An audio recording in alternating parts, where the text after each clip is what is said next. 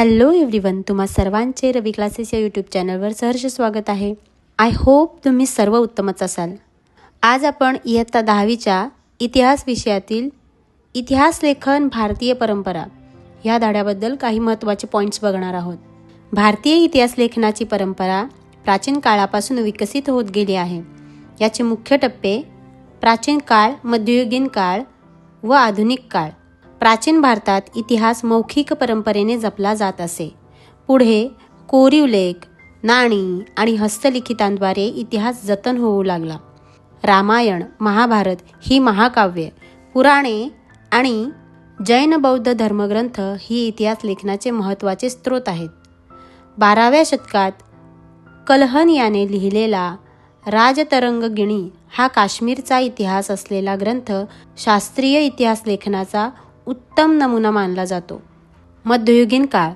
मुघल काळात दरबारी इतिहास लेखनाला महत्त्व प्राप्त झाले. यामध्ये प्रामुख्याने राज्यकर्त्यांची स्तुती आणि युद्धांचे वर्णन असे. झियाउद्दीन बर्नीने लिहिलेला तारीख-ई-फिरोजशाही हा ग्रंथ महत्त्वाचा आहे. याच काळात महाराष्ट्रात बखर हा इतिहास लेखनाचा प्रकार लोकप्रिय झाला. सभासद बखर ही छत्रपती शिवाजी महाराजांच्या चरित्रावर आधारित महत्त्वाची बखर आहे. तिसरा आहे आधुनिक काळ. 19व्या शतकात ब्रिटिशांच्या आगमनानंतर आधुनिक इतिहास लेखनाला सुरुवात झाली. James mill, mount Stuart, Elphinstone यांसारख्या पाश्चात्य लेखकांनी भारतीय इतिहास लिहिला, परंतु त्यात अनेकदा पूर्वग्रह दूषित दृष्टिकोन होता. आता आपण भारतीय इतिहास लेखनातील विविध विचारप्रवाह बघणार आहोत. पहिला आहे प्राच्यवादी. प्राच्यवादी म्हणजे भारतीय संस्कृतीबद्दल आदर असणारे पाश्चात्य अभ्यासक. पुढचा आहे राष्ट्रवादी, म्हणजेच भारतीय अस्मिता जागृत करण्यासाठी वी.का. राजवाडे, स्वातंत्र्यवीर सावरकर यांसारख्या लेखकांनी लिहिलेला इतिहास. राजवाडे यांनी मराठ्यांच्या इतिहासाची साधने ची 22 खंड संपादन केलेले आहेत. मार्क्सवादी म्हणजेच आर्थिक व्यवस्था आणि वर्ग संघर्षावर आधारित इतिहास. वंचितांचा इतिहास म्हणजे समाजातील उपेक्षित घटकांचा इतिहास. यात महात्मा फुले आणि डॉक्टर बाबासाहेब आंबेडकर यांचे योगदान खूप मोठे आहे. पुढे आहे स्त्रीवादी इतिहास, म्हणजे स्त्रियांच्या दृष्टिकोनातून लिहिलेला इतिहास. आता आपण स्त्रीवादी इतिहास सविस्तरमध्ये बघू. स्त्रीवादी इतिहास लेखनामध्ये इतिहासातील स्त्रियांचे स्थान आणि त्यांची कामगिरी यांबाबतचे लेखन, तसेच स्त्रियांनी निर्माण केलेल्या साहित्याचे संकलन व संशोधन यांचा समावेश होतो. इतिहास लेखन क्षेत्रात सुरुवातीला पुरुष अभ्यासक कार्यरत होते, त्यामुळे हा विषय तुलनेने दुर्लक्षित राहिला होता. 19व्या शतकात स्त्रियांविषयक लेखन करणाऱ्या लेखिकांमध्ये ताराबाई शिंदे यांचे नाव प्रामुख्याने घेतले जाते. 1882 मध्ये प्रसिद्ध झालेल्या स्त्री पुरुष तुलना या त्यांच्या पुस्तकात त्यांनी पुरुष प्रधान व्यवस्था व जाती व्यवस्था यांना विरोध करणारे लिखाण केले. हे पुस्तक भारतातील पहिले स्त्रीवादी लेखन मानले जाते. 1888 मध्ये पंडिता रमाबाई यांनी लिहिलेले द हायकास्ट हिंदू वुमन हे पुस्तक प्रसिद्ध झाले. स्वातंत्र्योत्तर काळात झालेल्या स्त्रीवादी इतिहास लेखनामध्ये स्त्रियांना घरी व कामाच्या ठिकाणी मिळणारी वागणूक, त्यांच्या राजकीय समतेचा हक्क यांसारखे विषय मांडले गेले. अलीकडच्या काळात प्रसिद्ध झालेले स्त्रीवादी लेखन म्हणजेच स्वातंत्र्योत्तर काळात मीरा कोसंबी यांनी crossing thresholds, feminist ages in social history हे पुस्तक लिहिलेले. या पुस्तकात पंडिता रमाबाई, डॉक्टर रखमाबाई यांसारख्या स्त्रियांच्या जीवनावरील निबंध आहेत. महाराष्ट्रात दलित स्त्रियांच्या दृष्टिकोनातून झालेल्या लेखनात शर्मिला रेगे यांनी writing caste, writing gender, reading Dalit women's testimonies हे महत्त्वाचे लेखन केले आहे. आता आपण वंचितांचा इतिहास विस्तारमध्ये बघूया. समाजाच्या तळाशी असलेल्या सर्वसामान्यांच्या स्तरापासून इतिहास लेखनाचा प्रारंभ केला पाहिजे ही कल्पना अँटोनियो ग्राम्ची या इटालियन तत्त्वज्ञाने मांडली. वंचित समूहांचा इतिहास लिहिण्याची सुरुवात मार्क्सवादी इतिहास लेखनाच्या परंपरातून झाली. लोकपरंपरा हे वंचितांचा इतिहास लिहिण्याचे महत्त्वाचे साधन मानण्यात आले. वंचितांच्या इतिहासाला महत्त्वपूर्ण विचारसरणीचे स्थान प्राप्त करून देण्याचे कार्य रणजित गुहा यांनी केले. गुहा यांच्या आधी महात्मा ज्योतिबा फुले आणि डॉक्टर बाबासाहेब आंबेडकर यांनी त्यांच्या लेखनातून वंचितांच्या इतिहासाचा विचार मांडला. गुलामगिरी या ग्रंथात ज्योतिबांनी शूद्रातिशूद्रांचा इतिहास नव्याने उलगडला. तसेच स्त्रियांच्या शोषणाकडेही लक्ष वेधले.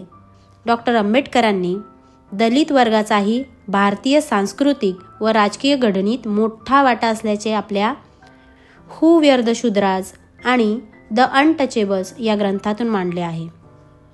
आता आपण बखर म्हणजे काय हे बघणार आहोत. बखर हा ऐतिहासिक साहित्य प्रकार असून यात शूरवीरांचे गुणगान, ऐतिहासिक घडामोडी, लढाया, थोर पुरुषांची चरित्रे यांविषयीचे वर्णन केलेले आढळते. बखरीचे चरित्रात्मक, वंशानुचरित्रात्मक, प्रसंगवर्णनपर, पंथीय, आत्मचरित्रपर, कैफियत, पौराणिक व राजनीतीपर असे प्रकार असून यातून आपल्याला राजे महाराजे यांच्या कार्याबद्दल माहिती मिळते.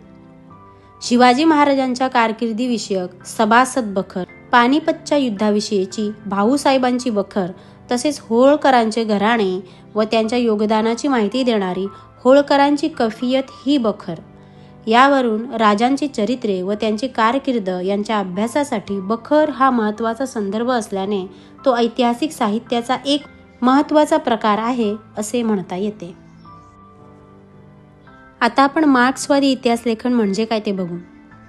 स्वातंत्र्योत्तर काळातील इतिहास लेखनातील नवीन वैचारिक प्रवाहापैकी मार्क्सवादी इतिहास लेखन हा एक वैचारिक प्रवाह आहे. मार्क्सवादी इतिहास लेखनामध्ये आर्थिक व्यवस्थेतील उत्पादनाची साधने, पद्धती आणि उत्पादनाच्या प्रक्रियेतील मानवी संबंध यांचा विचार मार्क्सवादी इतिहास लेखनामध्ये केंद्रस्थानी असतो. प्रत्येक सामाजिक घटनेचा सर्वसामान्य लोकांवर काय परिणाम होतो याचे विश्लेषण करणे हे मार्क्सवादी इतिहास लेखनाचे महत्त्वाचे सूत्र आहे.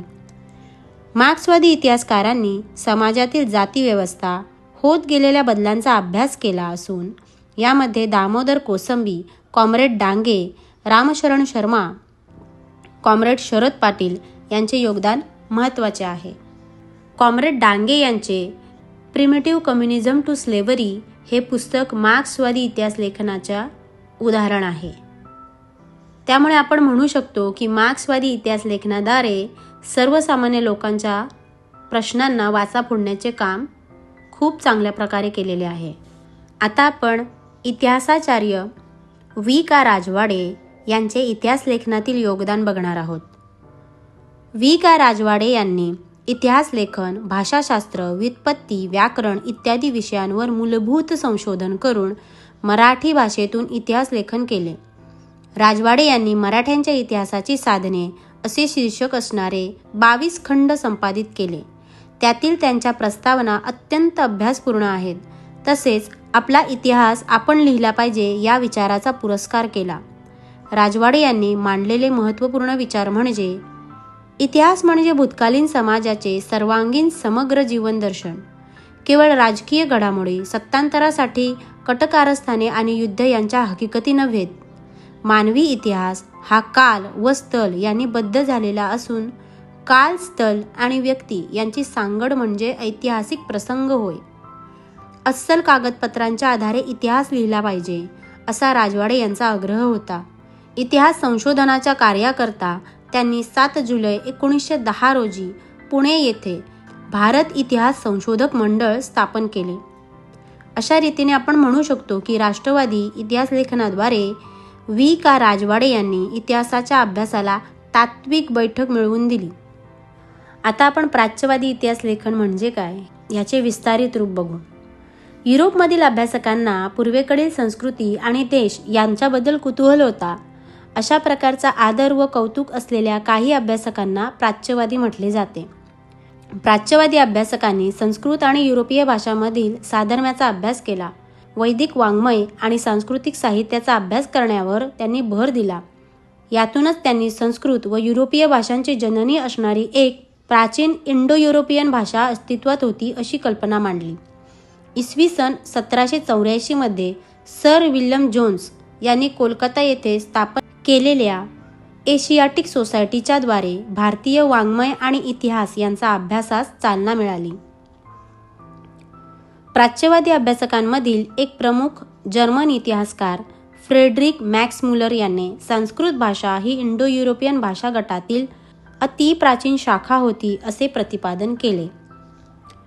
मॅक्स मुलरने हितोपदेश या संस्कृत ग्रंथाचा जर्मन भाषेत अनुवाद केला. तसेच the sacred books of the east या नावाने 50 खंड संपादित केले. त्याने ऋग्वेदाचे संकलन असणारे 6 खंड प्रसिद्ध केले आणि ऋग्वेदाचा इंग्रजी अनुवादही केलेला आहे. एडवर्ड सैद या विद्वानाने अलीकडच्या काळातील प्राच्य विद्यावंतांच्या लेखनामागील छुपे साम्राज्यवादी हितसंबंध प्रकाशात आणले. अशा प्रकारे प्राच्यवादी अभ्यासकांनी प्राचीन वाङ्मय व इतिहासाच्या दृष्टीने इतिहास लेखन केले आहे. आता आपण प्रादेशिक इतिहास लेखनाला चालना कशी मिळाली ते बघणार आहोत. 19व्या-20व्या शतकामध्ये इंग्रजी शिक्षण पद्धतीमध्ये शिकून तयार झालेल्या इतिहासकारांनी प्राचीन भारतीय वैभवाचा अभिमान आणि भारतीयांची आत्मजाणीव जागृत करण्यासाठी केलेल्या लेखनास राष्ट्रवादी इतिहास लेखन असे म्हटले जाते. महाराष्ट्रामध्ये विष्णुशास्त्री चिपळूणकर यांनी ब्रिटिश अधिकाऱ्यांनी लिहिलेल्या प्राचीन भारताच्या पूर्वग्रह दूषित इतिहासाला विरोध केला. यापासून प्रेरणा घेऊन न्यायमूर्ती महादेव रानडे यांनी मराठी सत्तेच्या उदयाची पार्श्वभूमी विस्ताराने मांडणारा the rise of Maratha power या ग्रंथाची निर्मिती केली. त्यामुळे दक्षिण भारताच्या प्रदेशाच्या भौगोलिक वैशिष्ट्यांकडे व इतिहासाकडे इतिहासकारांचे स्वतंत्रपणे लक्ष वेधले गेले.